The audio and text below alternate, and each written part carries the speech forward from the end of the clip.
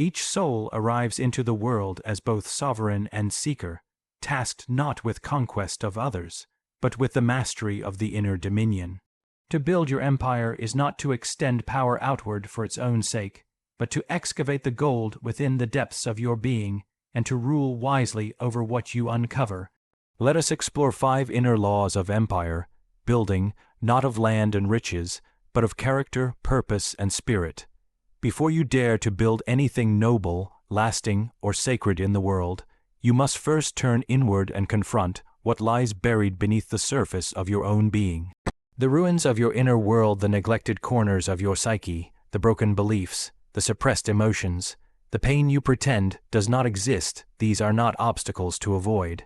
They are the very beginning of your empire. You cannot erect a palace on cracked ground. The soul demands integrity, not illusion. So many seek to rise without first descending. They chase crowns without understanding the cost of wearing them. They build on borrowed identities, inherited fears, and fragile masks, and wonder why their empires collapse with the slightest tremor. But true sovereignty begins in the underworld, in the slow, uncomfortable excavation of your own unconscious. You must walk through the ashes of who you thought you were to find the gold of who you truly are. The ruins you avoid hold the blueprints of your strength. That moment you were broken, betrayed, belittled, it carved a depth in you that no surface experience could. The shame you buried, the grief you silenced, the rage you swallowed, these are not enemies of your light. They are the raw, chaotic truths that, when integrated, become pillars of your wisdom. You are not meant to escape your ruins. You are meant to redeem them. It is in this sacred descent that you gather the materials for a foundation that can hold the weight of your destiny. You learn patience, resilience, humility. You begin to see with eyes unclouded by illusion. And from that place, grounded, whole, aware, you begin to rise. The palace you build then is not fragile, not performative, but rooted deeply in truth. It is not a facade, but a fortress of authenticity. And no storm, no betrayal, no fall can take from you what you've built with the bricks of your own healing. Your ruins are sacred. They are the birthplace of your empire. Do not fear them. Go down into them with courage. And rise not as a pretender to a throne, but as its rightful heir. To build your empire is not merely to construct a life through ambition or willpower alone. It is to uncover and follow the symbolic blueprint that was etched into your soul long before the world handed you its instructions. There is a deeper intelligence at work within you, one that does not speak in the language of logic or external reward, but in symbols, patterns, dreams, and synchronicities. These are the blueprints of the self, subtle, intuitive, and often mysterious, yet they are more real and enduring than any social script or borrowed aspiration. The self does not shout. It whispers through images that appear in your imagination, through feelings that refuse to be ignored, through recurring dreams that seem to beg for your attention. It may show itself in the figure of a child, a lion, a river, a broken mirror, or a flame that refuses to die. These are not random. They are messages from the deep core of your being, guiding you toward the empire you were born to build. But to follow these symbols requires a different kind of sight, one that looks inward with reverence, not outward with comparison. It means trusting that your soul knows where it's going, even when the path looks irrational to the world. It means giving up the illusion of control and replacing it with faithful attention to the unfolding of your own mystery. Too often, we ignore these signals. We silence the strange pull towards something unknown.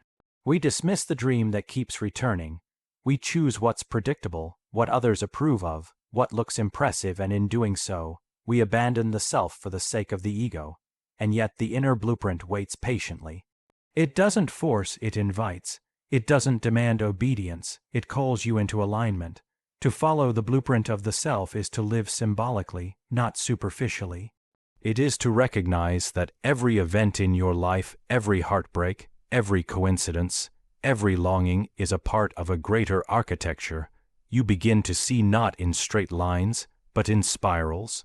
You begin to understand that your empire is not something you fabricate, it is something you remember, reclaim, and embody. The self doesn't care if your empire looks grand to others. It cares that it is true to the pattern within you, that it reflects the fullness of your nature, the integration of your opposites, and the harmony between your inner world and outer expression. When you follow its blueprint, you don't just build for success, you build for wholeness. And that is a kingdom no one can take from you. In the end, the only empire worth building is the one that already exists in your depths, waiting for you to trust it, to honor it, and to live it into form. There is a ruler within you who is never meant to reign, a voice that mimics authority, that thrives on applause, control, and comparison. This false king wears the mask of confidence, but it is hollow. It seeks not truth, but validation. It commands not from the heart, but from the fear of being exposed. It was born from wounds, from rejection, from neglect, from the need to be seen, loved, or admired. And while it may appear powerful, it is not sovereign. It is desperate. The false king convinces you that your worth depends on your titles, your image, your influence. It tells you that if you just achieve more, impress more, possess more, then, and only then, you will be enough. It thrives in noise, in competition, in the constant performance of perfection. But no matter how much you feed it, it is never satisfied. Its throne is built on insecurity, and its crown is made of illusion. And as long as it rules, your true self remains exiled. To slay the false king is not an act of cruelty, but of liberation. It means turning inward and recognizing the voice that speaks from fear, not from wisdom. It means seeing where you have betrayed your own soul to keep up appearances. It requires the courage to stop pretending to look the false king in the eyes and say, "You were needed once, but your rule has ended."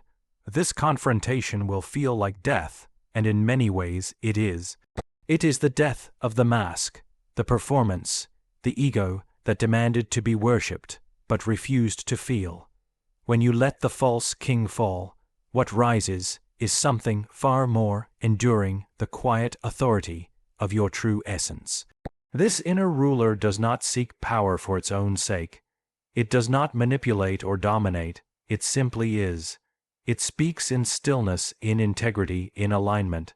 It leads not by force but by presence. It does not crave followers, it awakens leaders. This authentic core doesn't shout, it radiates. The fall of the false king is the beginning of genuine sovereignty. Without him, you are no longer bound to impress or compete. You are free to create, to connect, to live from a place that is real. You begin to make choices not for status, but for meaning. You stop asking what will make you look powerful and start asking what will make you whole. The need to be better than others dissolves. What remains is the deep desire to be fully yourself. The most dangerous prison is the one ruled by the false king within, and the most sacred rebellion is the act of reclaiming your throne, not to dominate, but to embody, not to rule others, but to serve truth. And so, with reverence, you let the false king fall, not in anger, but in gratitude for the role he played. He kept you safe when you didn't know who you were. But now, the time has come to rise in your true power, not as an imitation, but as the original. Only then can your empire reflect something real. Only then does your kingdom become a reflection of the self, not the shadow, and only then can you lead your life, not from fear of being forgotten, but from the fullness of being found. Not everything deserves entry into the kingdom of your mind, your heart, or your time. The empire you are building is sacred, and every sacred space must be guarded. There are gates within you, thresholds that determine what is allowed to shape your reality and what must be turned away. And the wisdom to guard these gates is not about isolation or fear. It is about discernment, clarity, and honoring the integrity of your inner world. You must become the gatekeeper of your energy. This means becoming conscious of the thoughts you entertain, the conversations you engage in, and the environments you expose yourself to. Every word, every image, every connection carries energy, and energy is never neutral. Some energies nourish you, while others quietly drain you. Some lift you closer to your calling, while others anchor you in doubt, distraction, and confusion. Without conscious filtering, you become a sponge for chaos. But with awareness, you become a container for clarity. Guarding your gates is also about who you allow into your emotional world. Not every voice deserves influence. Not every opinion should be treated as truth.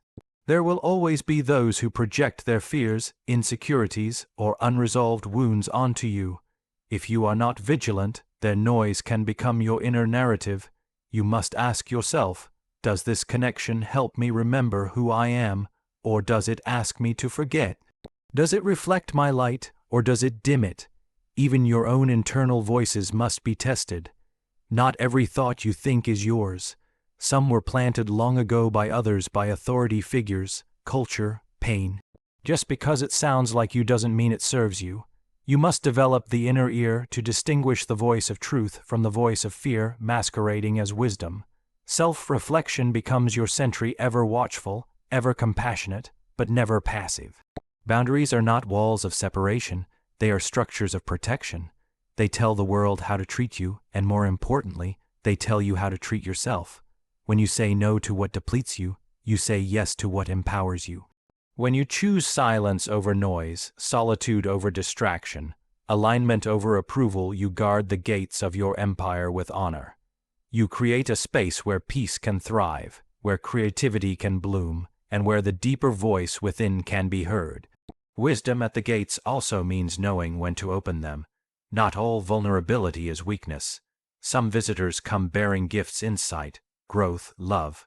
But if your gates are always closed out of fear, you may keep the very blessings you prayed for at bay. The art is in discernment, the ability to recognize the frequency of what approaches, and to welcome only what resonates with the truth of your becoming. In a world that demands your constant openness, guarding your gates is an act of rebellion, a sacred stance of self-respect. You do not owe everyone access. You do not have to explain your no. The empire you are building within is not a public park. It is a temple. It deserves to be treated as such, and you are the one who decides who may enter and what may remain. What remains when the applause fades, when titles dissolve, when even your name becomes a whisper in the wind? The empire you build is not truly measured by structures, accolades, or influence, but by the invisible imprint you leave on the souls you've touched. True legacy is not about being remembered in history books, but about igniting something eternal in others. It is about leaving behind an essence so authentic, so luminous, that it continues to echo quietly through the lives that intersected with yours. This kind of legacy cannot be faked, forced, or manufactured. It does not emerge from ego. It flows from the deepest recesses of your being, from the gold you discover within when you've faced your darkness, endured your trials, and chosen to transmute pain into purpose. That inner gold is hard, won. It's not found on the surface of comfort or conformity. It's mined in solitude, in heartbreak, in the long and often lonely journey towards self-understanding, and once found, it becomes your gift, not something to hoard, but something to offer.